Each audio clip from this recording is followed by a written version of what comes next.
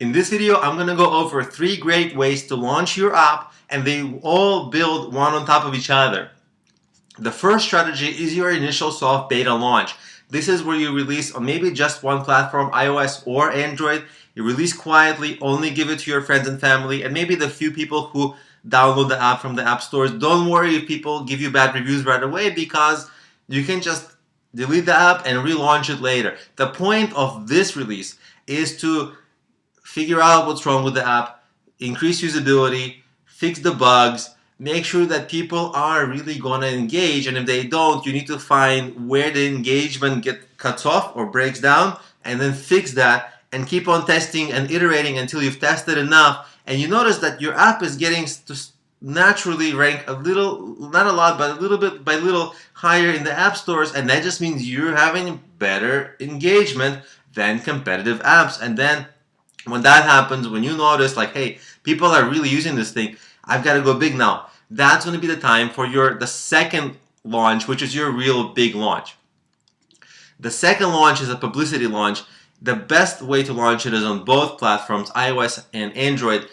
At this point, it doesn't become that much more expensive to launch on the second platform because all the kinks have been worked out on one of the platforms. So really, the process of launching on the other platform, either Android or iOS, isn't that expensive because it's really more of a copy job than an innovation job. So it's a lot cheaper and faster for a developer. And what you want to do is, of course, the reason you want to have both app stores is that, let's say you get an article in TechCrunch. Well, the TechCrunch article, 50% of the users there are going to be Android, and approximately 50% are going to be iOS users, and that there's going to be a big number of either one. So you're going to miss half half of them are just going to not even be able to try your app if you don't have Android and iOS. So it's highly recommended to launch the second launch, the big launch, on both platforms. Now, I also want to mention that when you are doing your first launch, this is the time where you should be building relationships with journalists, bloggers, and podcasters in your business niche or in the app space, because when time comes for your second launch, you want to be able to call on them and say, hey, I need a favor, I'm launching this app, I need a mention. Because you're going to be trying to drive a spike in downloads and reviews. And if you have this pre-existing relationship with them, it's going to be much easier to get them to help you. And a relationship doesn't mean like you take them out to dinner. It really means like you're commenting, you're retweeting them on Twitter, you're replying to them, you're commenting on their current articles, you're getting on their radar. They know you. The benefit of the strategy of this big second launch where you've got this publicity, maybe you're going to spend some money on ads, is that you want a boost in downloads and reviews, because that is going to propel you really high in the ASO App Store search ranking. And as you get propelled really high and you get just this big spike of downloads, that can get you noticed by the editors of app stores who decide which apps get featured. So this also increases your ranking, but also increases your chance of being featured, because you're blowing the other apps out of the water, and they're going to be like, why? And if they like your app, then they might feature you.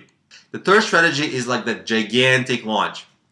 It's really, you can launch on stage. Not all apps are suited for it, because if you have a small app, it's maybe too little to launch on stage. Like maybe a little puzzle app, you're not going to launch on a big stage. But for some innovative apps, like some cool social new apps, some maybe really cool new music apps, you can, if you get your app to the point of being really cool, really unique, really innovative, really impressive, then you can launch at a conference. There are a couple of conferences for startups. TechCrunch Disrupt, which you can see the link here, and the launchfestival.com. These are two of the biggest for startups in general. Now, there are also many app conferences, many meetups, things like that are easier to get on. And you just have to apply. And when your app has gone through the first and second type of a launch, then it's going to be much more likely that your app is awesome. It's become awesome. It's got all the bugs out. People are loving it.